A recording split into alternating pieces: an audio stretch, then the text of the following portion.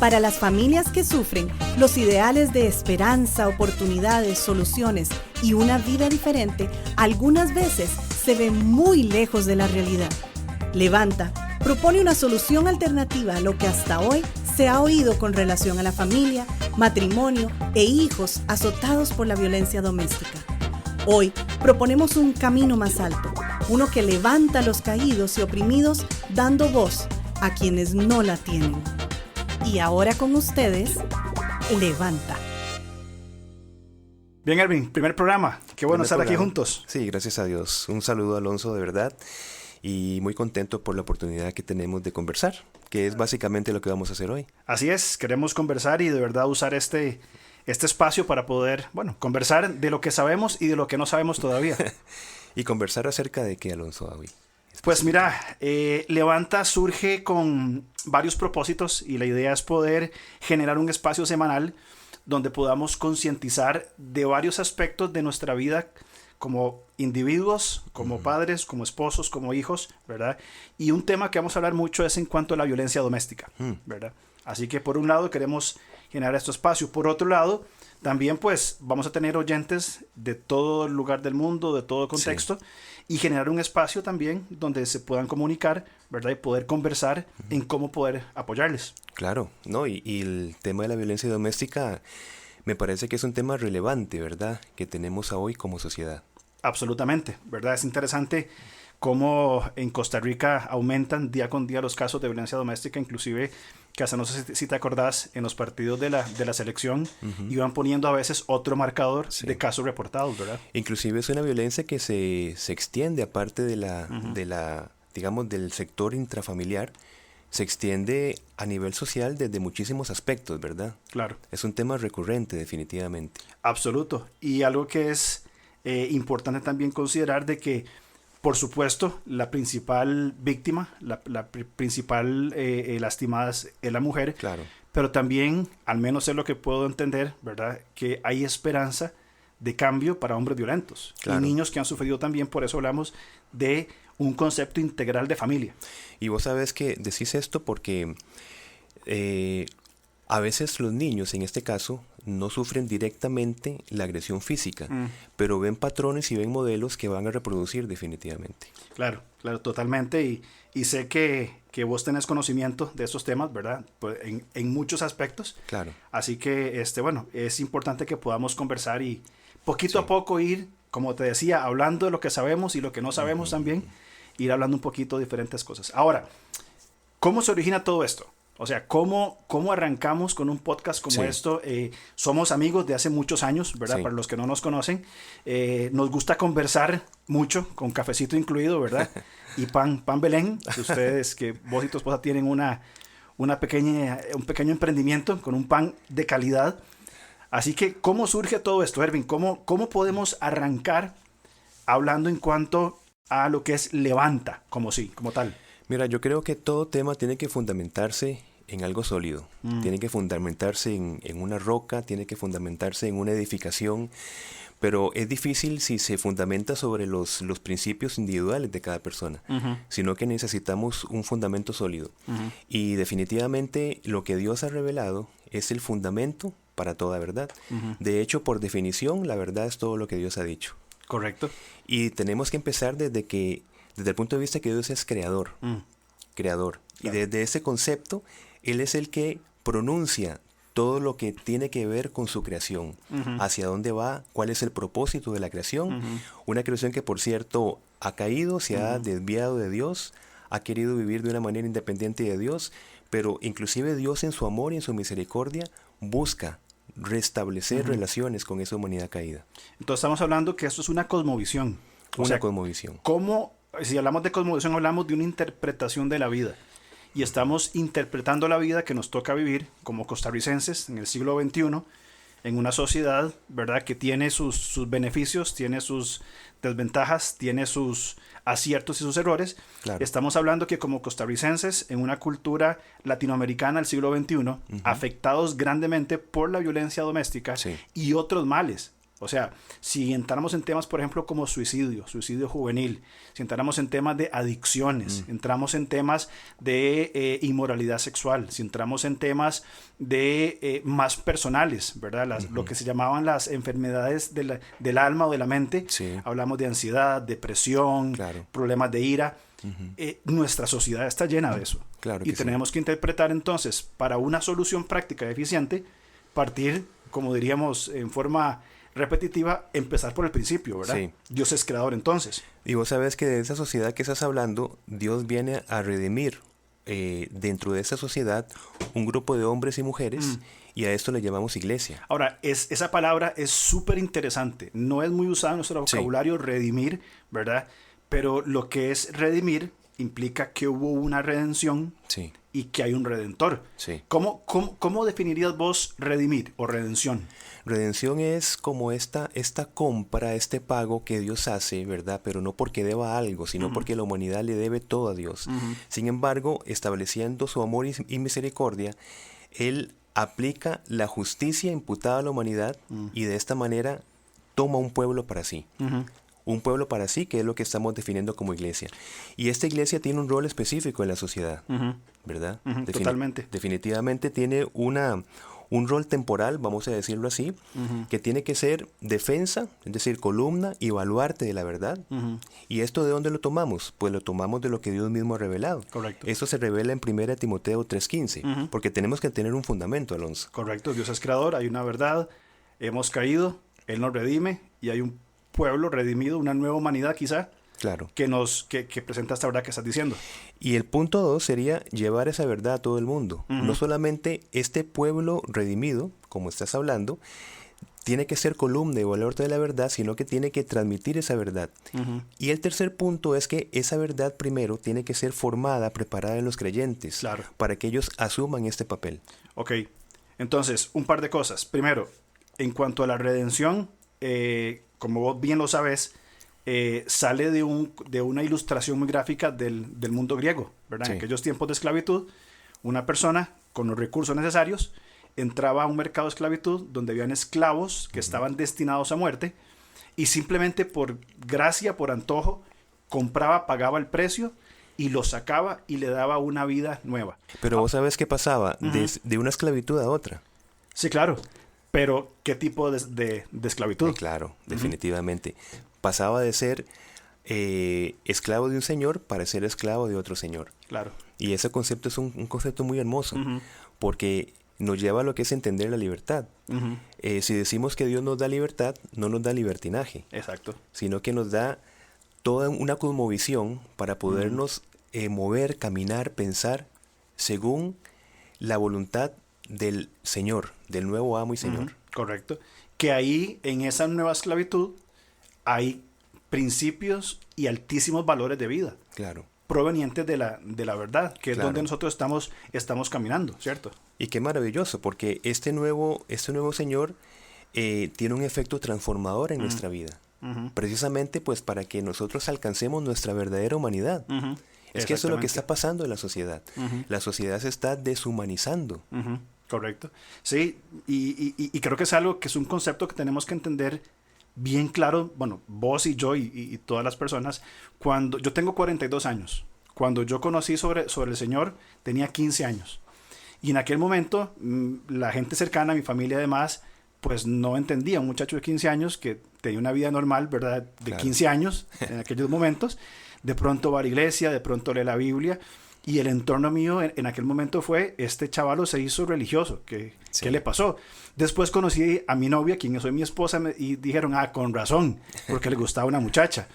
Pero no fue por ahí, ¿verdad? Sino porque en el Señor encontramos valores que nos dan una calidad de vida tremenda, ¿verdad? Y me acuerdo los pocos años que viví sin conocimiento del Señor, que mis ideas, con buena intención, pero iban en una dirección totalmente equivocada. Y yo sé muy bien cómo estaría mi vida destruida hoy si no hubiera adquirido por el Evangelio esos valores que no son míos ni mi capacidad, sino que el Señor dio, que es lo que estás vos hablando en cuanto a la transformación que hay en las personas y que impactan una sociedad. O sea, que podrías decir que esa verdad que llegó a tu vida te dio una experiencia de vida también. Absolutamente.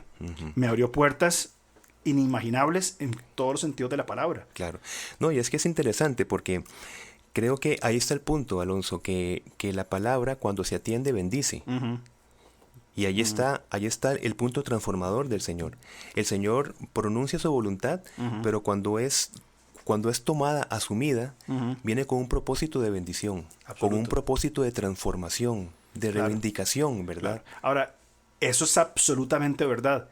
El tema es cómo lo entienden las personas en nuestra cultura costarricense del siglo XXI, lo entienden como algo religioso, como algo fanático, como algo donde aquellos que decimos o creemos en esta verdad, ¿verdad? Hemos perdido cualquier tipo de sensatez. Pero pongámoslo desde el punto de vista que estamos desarrollando de la experiencia. Es decir, preguntémonos cuál ha sido la experiencia de una sociedad sin Dios. Como estamos hoy. Preguntemos cuál ha sido la experiencia de una familia sin Dios. Ok, te lo pongo así para centrarnos en nuestro tema principal de este podcast. La experiencia es o se manifiesta en violencia doméstica, claro, se manifiesta en suicidio juvenil, claro, se manifiesta en enfermedades del alma o de la mente, ¿verdad? Depresión, ansiedad, ira, etcétera. Yo soy una persona muy ansiosa y si no estuviera en el Señor, creo que se manifestaría de formas mucho más marcadas. Claro. Conociendo sus valores, cuando hay esa ansiedad, en el Señor, y no de una manera espiritual o mística, sino muy, muy, muy concreta, muy puntual, el Señor dice, calma. Claro. Toda ansiedad ponla sobre mí, vamos a caminar juntos. Y el Señor no me quita la ansiedad, camina conmigo y me va enseñando cómo vivir con eso. Claro. No, y el punto es que nosotros nos encontramos con diferentes propuestas, llamadas así verdades, ¿verdad? Diferentes propuestas que tenemos y que se asumen como que si fueran, digamos, consecuencias que nos van a llevar a salir de ciertas situaciones, de ciertas características sociales, personales, familiares, y ahí está el punto, ¿verdad? Yo creo que el Señor, como lo dice en Génesis 2.15, tomó al hombre y a la mujer y lo puso en el jardín del Edén para que lo cultivara y lo cuidara. Alonso, es interesante porque fíjate que esta palabra cultivar, tiene que ver con cultura. Es decir, el punto es que cultura es el resultado del cultivo, del desarrollo de la acción humana sobre su entorno. Nosotros tenemos una cultura. Correcto. Ahora, esa cultura propone. Y es donde viene acá el Evangelio. Viene a ser una contracultura. Pero no una contracultura en el sentido de un sistema, digamos, de pelea como tal, sino es una propuesta verdadera sobre una cultura que no propone. Es decir, es una cultura que viene a desarrollar, sí, pero es una cultura que no cuida, una cultura que lleva a esta frustración de la que estamos hablando, ¿verdad? Hay un libro, en cuanto a eso que decís, creo que lo has leído o lo hemos comentado antes, de John Stott, Contracultura Cristiana. Es esa respuesta cultural, ¿verdad?, que tenemos que presentar. ¿Por qué? Porque, y lo hemos hablado antes vos y yo, ¿verdad? Como creación, que estamos hablando de ese principio, Dios es creador, Dios nos dio la creación, la naturaleza para administrar. Ahora, en nuestro entorno, llamémosle, para ponerle un nombre, mucho no me gusta, pero pongámoselo, entorno evangélico, hay áreas donde la iglesia no ha dado respuestas, y lo conversamos las pasadas. Por ejemplo, en la ecología, somos llamados a administrar una creación hecha por Dios, ¿cierto? Y la iglesia, mayormente o a grandes rasgos, no ha dado una respuesta concreta a la administración, cuidado y protección de la naturaleza. El punto es que el mundo necesita respuestas. Absoluto. ¿Y dónde las encuentra? Claro, en las otras propuestas también, que no es que no son válidas, ¿verdad? Pero son insuficientes. ¿Son insuficientes por falta de fundamento? Pues por supuesto. Yo creo que si no se tiene un fundamento puede desviarse a cualquier lado. ¿Y hacia dónde se desvía? Hacia los conceptos de filosofía moral. Desde el concepto de que yo determino lo que es bueno y lo que es malo. Autonomía. Autonomía, definitivamente. Totalmente, por supuesto. Entonces, para recapitular un poquitito, estamos estableciendo una cosmovisión. Estamos hablando de que Dios es creador, ¿cierto? Punto de partida número 1. Y qué interesante porque en la Biblia simplemente se expresa esto. Sí. Dios creó. Sí. Ya está.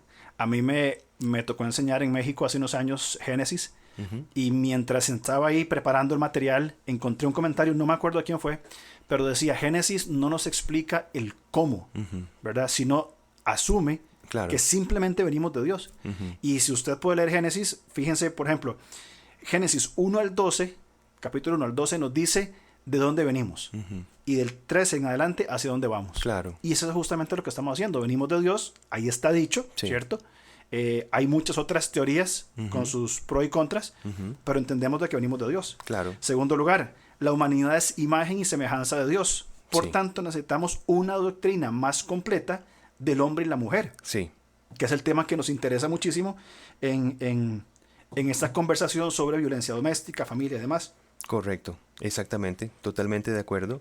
Y es que en esta doctrina del concepto correcto del ser humano, me parece que podríamos empezar en la integridad de alma, cuerpo en sociedad. Al menos así concibo yo lo que es el ser humano. Y por supuesto lo que la Biblia menciona, que es lo principal. El ser humano es alma, cuerpo en sociedad, en relaciones. Correcto. Sí, totalmente de acuerdo. Bueno, ahí estás hablando de dicotomía, ¿verdad? Otros creen en la tricotomía, pero eso es tema para otra conversación, ¿verdad? Sí. Ahora, en un momento me comentaste bajo este concepto lo que es la imagen estática y la imagen dinámica. Ah, sí. Tírame una idea sobre eso. Bueno, la imagen estática son las cualidades de la humanidad. Ser imagen y semejanza de Dios.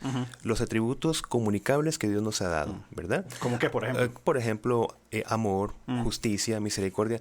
Y es interesante, uno de pequeño siempre concibe rasgos de justicia. Mire, eso no se vale cuando uno está en un deporte. Eso no es justo, ¿verdad? Está implícito allí. No se le enseña al ser humano los principios de justicia. Son implícitos porque Dios los ha comunicado, ¿verdad? Ahora, esa es la parte estática. La parte dinámica tiene que ver con responsabilidades. Ok, tenemos una imagen y semejanza, pero eso nos lleva a responsabilidades. ¿Qué es lo que estábamos hablando? ¿Cuál es la responsabilidad del ser humano, Alonso? Es cultivar y cuidar su entorno. Cultivar, todo. Sí, claro. Pero ¿cómo se cultiva? Se cultiva por medio de lo que Dios ha dicho. Correcto. ¿Cómo se conserva en caso que se descuide? Se conserva por medio de lo que Dios ha dicho. Cuando hablamos de la justicia, hablamos de que la justicia es toda la verdad dicha por Dios. Claro, definitivamente la justicia es esto que estás diciendo. La justicia es la base de la moral que nosotros tenemos. ¿Por qué? Porque la justicia de Dios, Él va a determinar lo que es bueno y lo que es malo. Él determina qué es bueno y lo que es malo.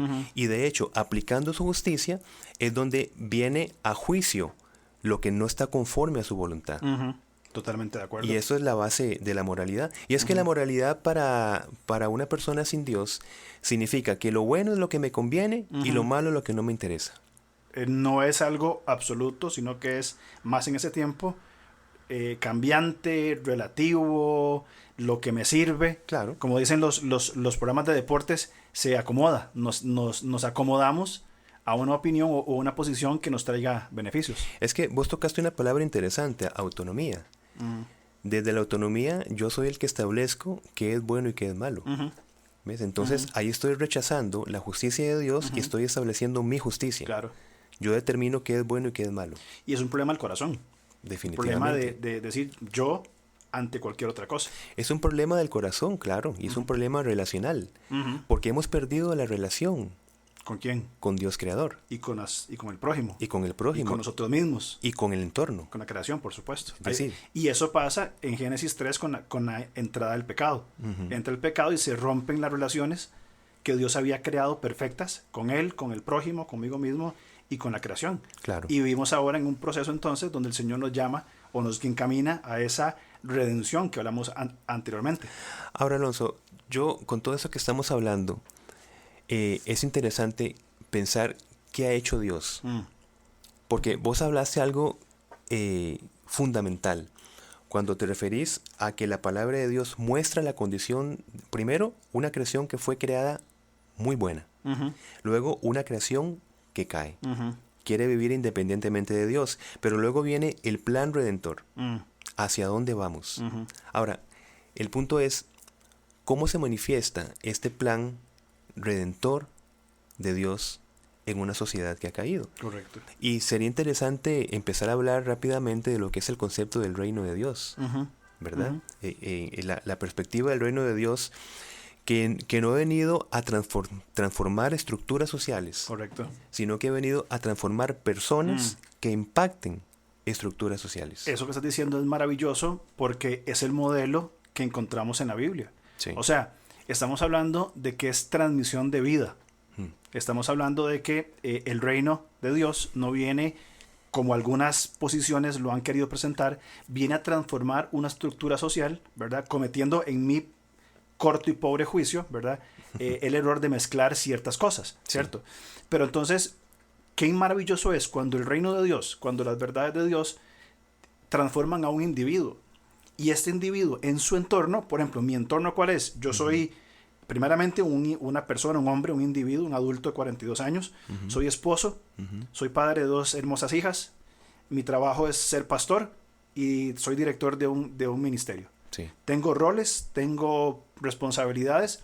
Si las hiciera en mi propia justicia, naturalmente voy a destruir todo. Claro. Por mi forma caída. Pero cuando el reino de Dios, el evangelio, ha transformado mi vida, yo lo manifiesto donde estoy viviendo. Y esos valores, no míos, sino importados de Dios, son los que van a impactar a otros. Claro. Y esto a otros, y esto a otros. Y estos individuos van tocando las estructuras sociales, presentando, como es nuestro fin, respuestas, llamémosle alternativas, a problemáticas reales de una sociedad que está luchando con esto hace muchos años y que no da pie en bola, como dicen. Es decir, se puede decir que el reino de Dios no es la cristianización de la sociedad. Correcto. Entonces, claro, que ese fue el error del evangelismo social que se presentó a principios del siglo anterior. Correcto. Y es que este concepto de evangelismo social, que raya un poco con, por decirte, un comunismo, un socialismo cristiano, dio pie a que se malinterprete hoy lo que es el evangelismo social. Correcto. ¿Verdad? Y bueno, ahí tenemos que referirnos rápidamente a Walter Rauschenbusch, que fue el principio del siglo XX quien estableció este concepto de evangelismo social, donde él definitivamente confunde que el reino de Dios está llamado a transformar las estructuras sociales. Pero es que el reino de Dios los transforma, es transformación, pero transforma individuos, como Correcto. bien estás diciendo, desde el seno de la familia, que impacten a su entorno, para que cultive y para que guarde la sociedad. Es un trabajo personal, entonces. Es un trabajo individual, definitivamente personal, pero que a la vez es colectivo, Alonso. A eso iba, ¿verdad? Claro. Somos individuos parte de una colectividad. Por supuesto. En nuestras relaciones, ¿verdad? Ir mostrando esos altos valores. Por ejemplo, el evangelio siempre socialmente se ha escuchado como algo cristiano, algo evangélico, pero el evangelio transforma la forma en que yo me comporto como esposo. Claro. Transforma cómo yo trato a mis hijas. Sí. Transforma cómo yo trato a mis compañeros de trabajo, con valores y principios altos. Luego, si yo no tuviera el evangelio en mi vida y esas verdades que me hacen ser un esposo productivo, que impacta en la sociedad, probablemente podría ser un agresor entonces. Claro, definitivamente. Por carencia de la justicia y la verdad de Dios. Claro, sí, porque definitivamente es lo que estás diciendo, es así. Es un impacto individual, primero, pero que viene con un propósito colectivo. Correcto. Un propósito familiar. Mi amigo, se nos fue el tiempo. ¿En qué momento? ¿En qué momento? Yo no sé, pero se nos fue el tiempo. Un pensamiento final de lo que hemos conversado. Bueno, Dios establece una verdad que cuando se asume trae bendición. Yo me quedo con lo que hablamos de altos valores de vida. El evangelio nos transmite altos valores de vida y nos permite ser personas diferentes que impactan a otros. Y esto va a crear, por supuesto, una sociedad diferente. Claro. Y sería bueno agradecer también a Linaje Producciones que nos está permitiendo este espacio. Absolutamente, una gran ayuda, Linaje Producciones, con el famosísimo Gilo a cargo. Así es. Así que gracias y también gracias a vos por tu tiempo y nos vemos la próxima semana. Claro que sí. Un abrazo. Saludos.